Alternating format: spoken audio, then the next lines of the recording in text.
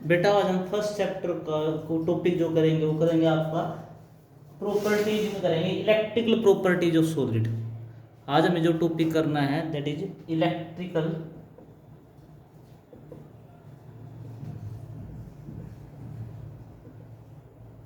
Properties of solid. Electrical, जहाँ electrical properties का नाम आ गया तो वहाँ पर हमें इलेक्ट्रिकल, बेसिकली इलेक्ट्रिकल कंडक्टिविटी के बारे में पढ़ना है। किसके बारे में पढ़ना है? इलेक्ट्रिकल कंडक्टिविटी के बारे में हमें पढ़ना है। ठीक है, तो हमें टॉपिक क्या पढ़ना है? Electrical conductivity. मतलब इलेक्ट्रिकल प्रॉपर्टीज में हमें पढ़ना है इलेक्ट्रिकल कंडक्टिविटी, कि किस सॉलिड के अंदर इलेक्ट्रिकल मतलब इलेक्ट्रिक करंट फ्लो करता है, किस सॉलिड के अंदर इलेक्ट्रिक करंट फ्लो कम करता है, हमने उसके बारे में पढ़ना है। तो यदि मैं इलेक्ट्रिकल कंडक्टिविटी के अकॉर्डिंग देखूं कि कितना कोई सॉलिड इलेक्ट्रिसिटी कंडक्ट कर सकता है, उसके अकॉर्डिंग आपके सॉलिड की तीन टाइप्स होती हैं। एक आपके क्या होते हैं? Conductors, one conductors. सेकंड होते हैं आपके इंसुलेटर। थर्ड आपके होते हैं सेमीकंडक्टर्स। थर्ड्स क्या होते हैं आपके? सेमीकंडक्टर्स। तो सबसे पहले किसके बारे में पढ़ेंगे हम? कंडक्टर्स के बारे में, कि इलेक्ट्रिकल प्रॉपर्टीज के अकॉर्डिंग कंडक्टर्स क्या होते हैं। What are conductors?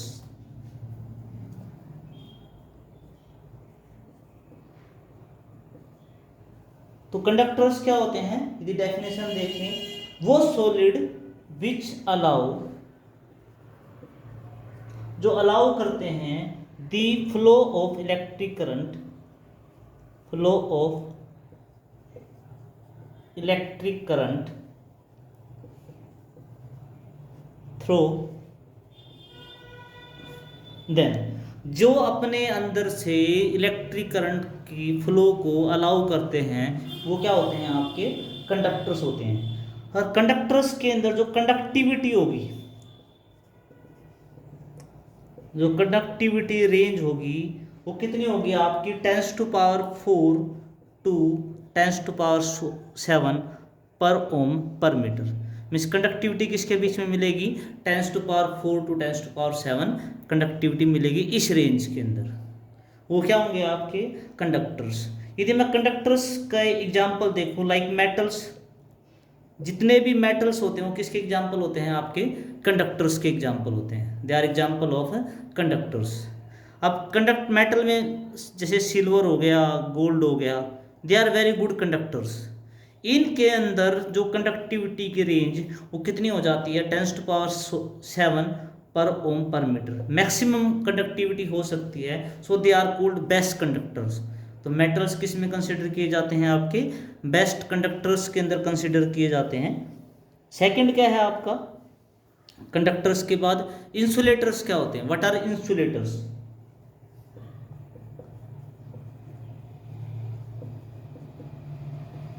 यदि आपसे पूछे कि इंसुलेटर्स क्या होते हैं, यदि डेफिनेशन देखें तो वो solid which do not allow, which do not allow the flow of current, electric current through them, जो अपने में से करंट पास होने नहीं देते वो क्या होंगे? आपके इंसुलेटर्स। कंडक्टिविटी की रेंज तो इसमें भी आएगी पर इतनी कम आती है कि आप ये नेग्लेजिबल मान के चलते हो। इसमें जो कंडक्टिविटी रेंज आती है, यदि आप इंसुलेटर में आपसे पूछे भाई कंडक्टिविटी रेंज क्या होगी, तो इंसुलेटर के जो कंडक्टिविटी रेंज आती है वो 10⁻² टू 10⁻10 पर ओम पर मीटर।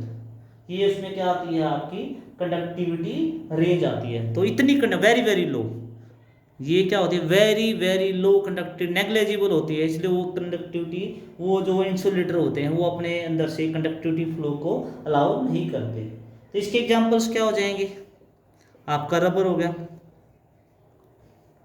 आपका वुड हो गया। ये एग्जांपल किसके हो जाएंगे? आपके इंसुलेटर्स के एग्जाम्पल हो जाएंगे।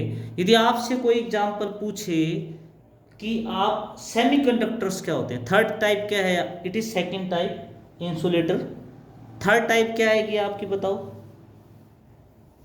यदि मैं थर्ड टाइप के अकॉर्डिंग देखूं, it will be semiconductors, third is semi conductors. Semiconductors क्या होंगे बोलो, जिनमें कंडक्टिविटी किसके बीच में हो, which have conductivity between conductors and insulator, जिनमें कंडक्टिविटी किसके बीच में हो, कंडक्टर और इंसुलेटर के बीच की कंडक्टिविटी रखते हो, क्या होते हैं आपके सेमीकंडक्टर्स। तो सेमीकंडक्टर के अंदर कंडक्टिविटी रेंज कितनी होगी,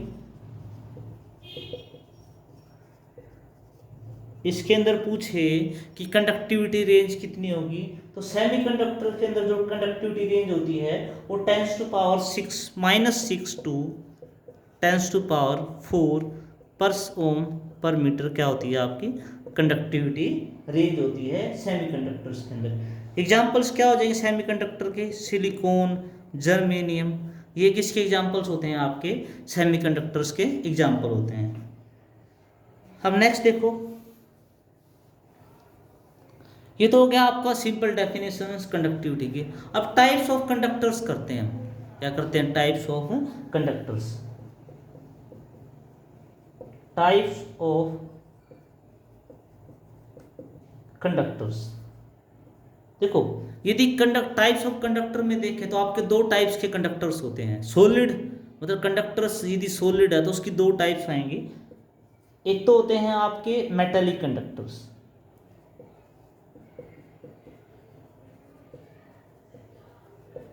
एक तो क्या होंगे आपके मेटेलिक कंडक्टर्स, सेकंड क्या होंगे आपके इलेक्ट्रोलाइटिक कंडक्टर्स।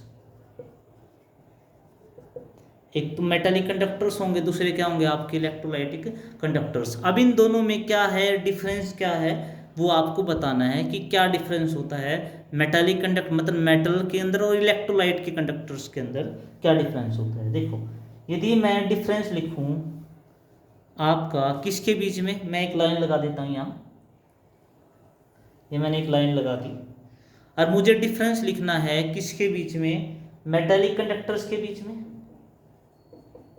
मेटेलिक कंडक्टर्स और electrolytic conductors.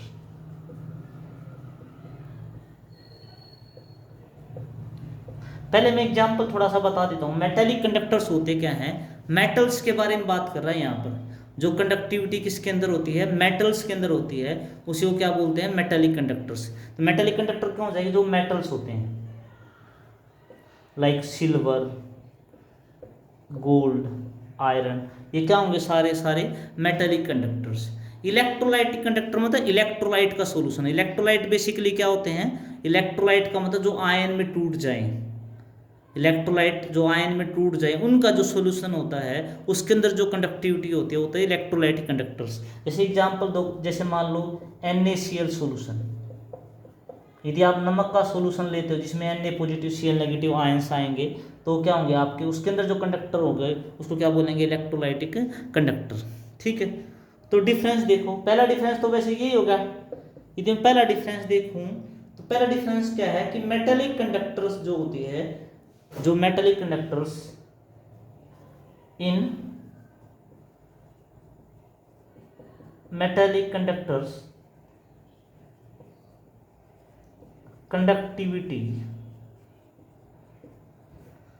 Conductivity is due to movements of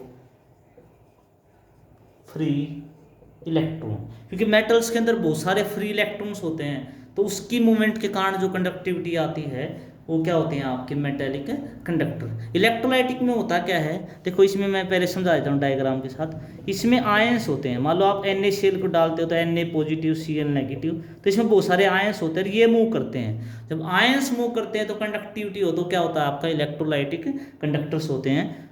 तो क्या होगा इसमें, इन electrolytic conductors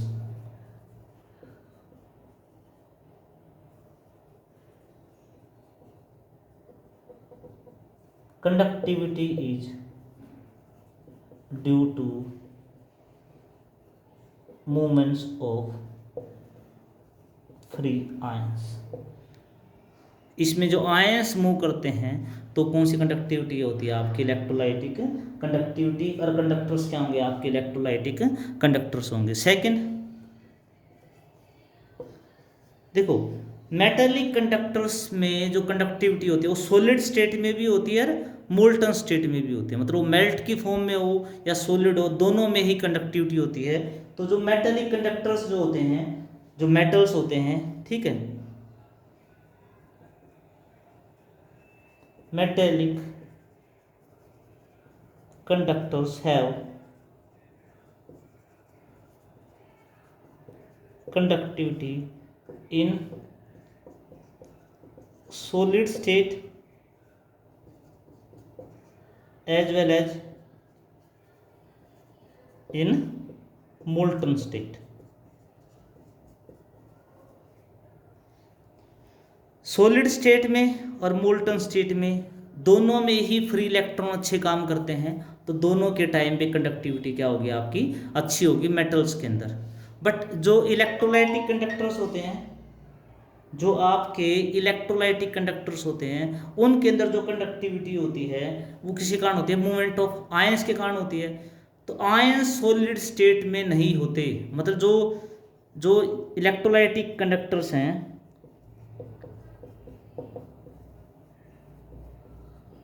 conductors conduct electricity in कौन सी स्टेट में, molten state, molten state, aqua state, aqua state, not in but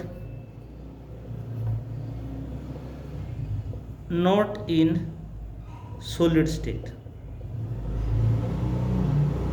देखो, इलेक्ट्रोलाइटिक कंडक्टर्स में इलेक्ट्रिसिटी कंडक्ट होती है मोल्टन और एक्वा स्टेट में, मतलब आप उसको पानी में डाल दो तब उसके आयंस फ्री हो जाएंगे, आप मेल्ट कर दो जब आयन फ्री हो जाएंगे तो तब वो इलेक्ट्रिसिटी कंडक्ट करेंगे।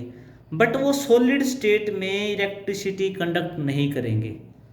सॉलिड स्टेट में आयंस फ्री नहीं होते मूव करने के लिए। आप सॉलिड NaCl ले लो, नमक ले लो, तो उसके ions are not free to move, तो आयंस फ्री टू मूव नहीं है तो उसमें कंडक्टिविटी भी नहीं होगी। तो इलेक्ट्रोलाइटिक कंडक्टर सॉलिड स्टेट में इलेक्ट्रिसिटी कंडक्ट नहीं करते, बट आपके मेटालिक कंडक्टर करते हैं। तो ये आपका डिफरेंस सेकंड था। अब लास्ट डिफरेंस देखो,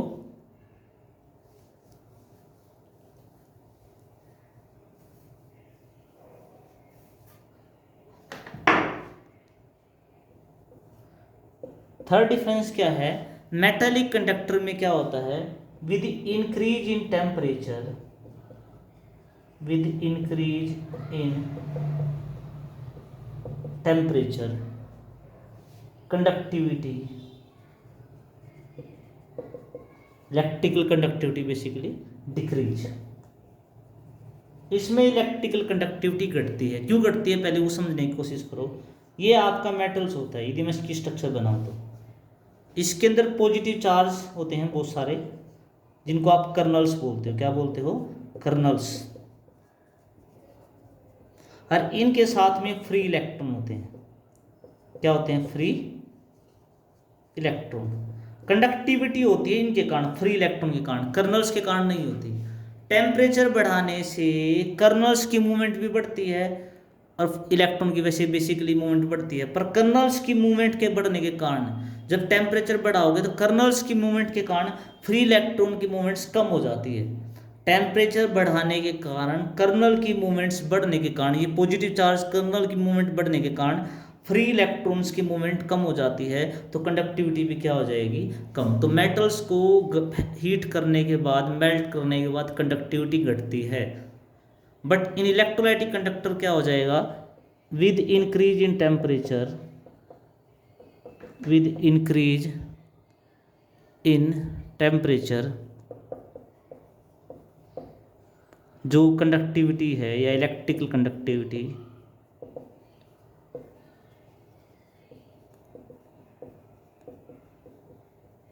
इंक्रीज, टेम्परेचर बढ़ाने से इलेक्ट्रिकल कंडक्टिविटी बढ़ती है, किसके अंदर, इलेक्ट्रोलाइटिक कंडक्टर्स के अंदर कंडक्टिविटी बढ़ती है। कैसे बढ़ते है वो देखो, होता क्या है इसके अंदर, मान लो आप ये आपने सॉल्यूशन ले लिया और आप इसके अंदर आयंस ले लिया, Na पॉजिटिव आयंस ले लिया, एक Cl नेगेटिव आयन, तो टेम्परेचर बढ़ाने से हमेशा आयंस की मूवमेंट बढ़ेगी, और आयंस की मूवमेंट बढ़ेगी तो कंडक्टिविटी भी क्या होगी आपकी, बढ़ेगी।